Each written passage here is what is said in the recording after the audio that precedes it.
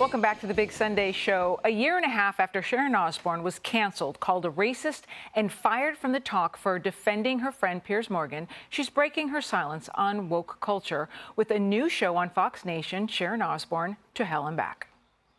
I was this lamb that was slaughtered that morning, and CBS denied responsibility on the news, and that's because they're wankers and We reached out to CBS for comment on what Sharon had to say, and they reiterated their statement from March, saying that they found no evidence that she had been set up.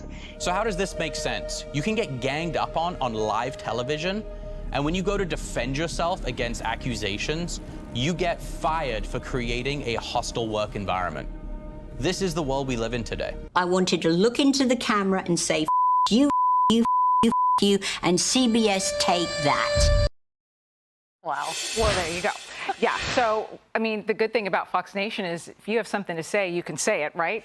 But, Guy, about getting canceled, I think Sharon Osbourne really does express a lot of the fury that a lot of people feel, even from a distance, for people who get canceled and try to claw their way back because it feels almost impossible. I have to say, I was on Fox and Friends this morning on set with Pete Hegseth and also Sean Duffy, and our segment was right after her interview on Fox and Friends, also promoting this new Fox Nation show. And she walked right past me, and I sort of waved at her, and my college self got really excited because the Osbournes were huge, that reality show back then. And I had to remind myself, doing show prep today, why was she canceled? I remembered something. So many people go through firestorms like this, and then they sort of drop off the radar for a while. I went back to sort of read the summary. It was really weak sauce. Her defending a friend over allegations against him because of his criticism of, I think, Meghan Markle. And it turned into this whole thing. She thinks she's set up. I think that might make some sense. And then she's out of a job for that. And it's just way too far. Going back full circle on the show, people leaving the Democratic Party or the left-wing coalition, some of it is because of exactly this kind of thing. They're afraid to say anything, and it's not a good feeling. Well, and you bring up Fox and Friends. Let's take a listen to what she had to say this morning. I didn't want that to be the end of my career, and I thought it was unfair. Good for you. Everybody is entitled to their own position, their own opinion. So if it's your opinion, fine. You don't have to beat me up, fire me, you know, try and destroy my life because of the way I feel. Not that I feel anything about it. But, you know, Joey, not everyone gets a platform, right? A moment where they can come back and say, this is what this did to me and my family. Ozzy Osbourne took a bat, bit the head off of it, and became famous for it. All right, so maybe this is just misogyny more than anything. I don't know. His wife takes up for her friend, and she's canceled, and he bites the head off of a bat, and everybody loves him. I'm being a little bit sarcastic here. The point is, think about, was it Chris Hansen from The Player or the show where one dude dates 40 girls at the same time? I can't remember what it's called.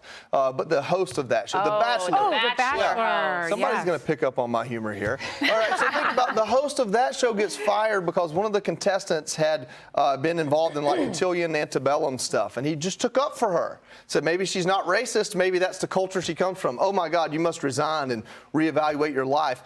And those people get put into the same category as people who do actually egregious things, and then you lose all opportunity to have merit or any credibility on some people who actually do probably deserve to not be in the public eye. Right. And Laura, this affects us in everyday life, right? We're so scared to say anything to anyone out of fear of getting, in our own way, canceled just in daily life and being misunderstood when we mean no harm. No, it's so true. And I just wonder how long had Sharon Osbourne been waiting to say those words that you heard us have to bleep all of them out there. On it, right? She was really ready to go.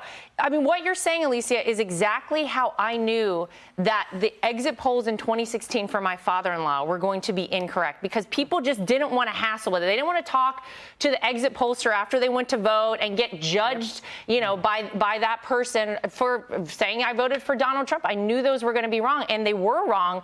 But it is a really sad place to find ourselves in, I think, in America, where we are supposed to just have a wealth of discussion and, you know, ideas, and everyone share their. You can't do that anymore. It is you have to stay in line with what the woke mob thinks, or else you risk getting canceled. And good for Sharon Osbourne for having a chance to come back, fight back, and tell her story. I don't know about you, but I want to hear what else she has to say and what else she will do. So, and anyway, Sharon Osbourne to Hell and Back drops tomorrow on Fox Nation. Don't miss it. Hi, everyone. I'm Brian Kilmeade. I want you to do me a favor. I want you to click to subscribe to the Fox News YouTube page. This is the only way that I know for sure that you're not going to miss any great commentary, any great news bites, any great interviews coming your way on Fox. You can get it all here on YouTube. So subscribe right now.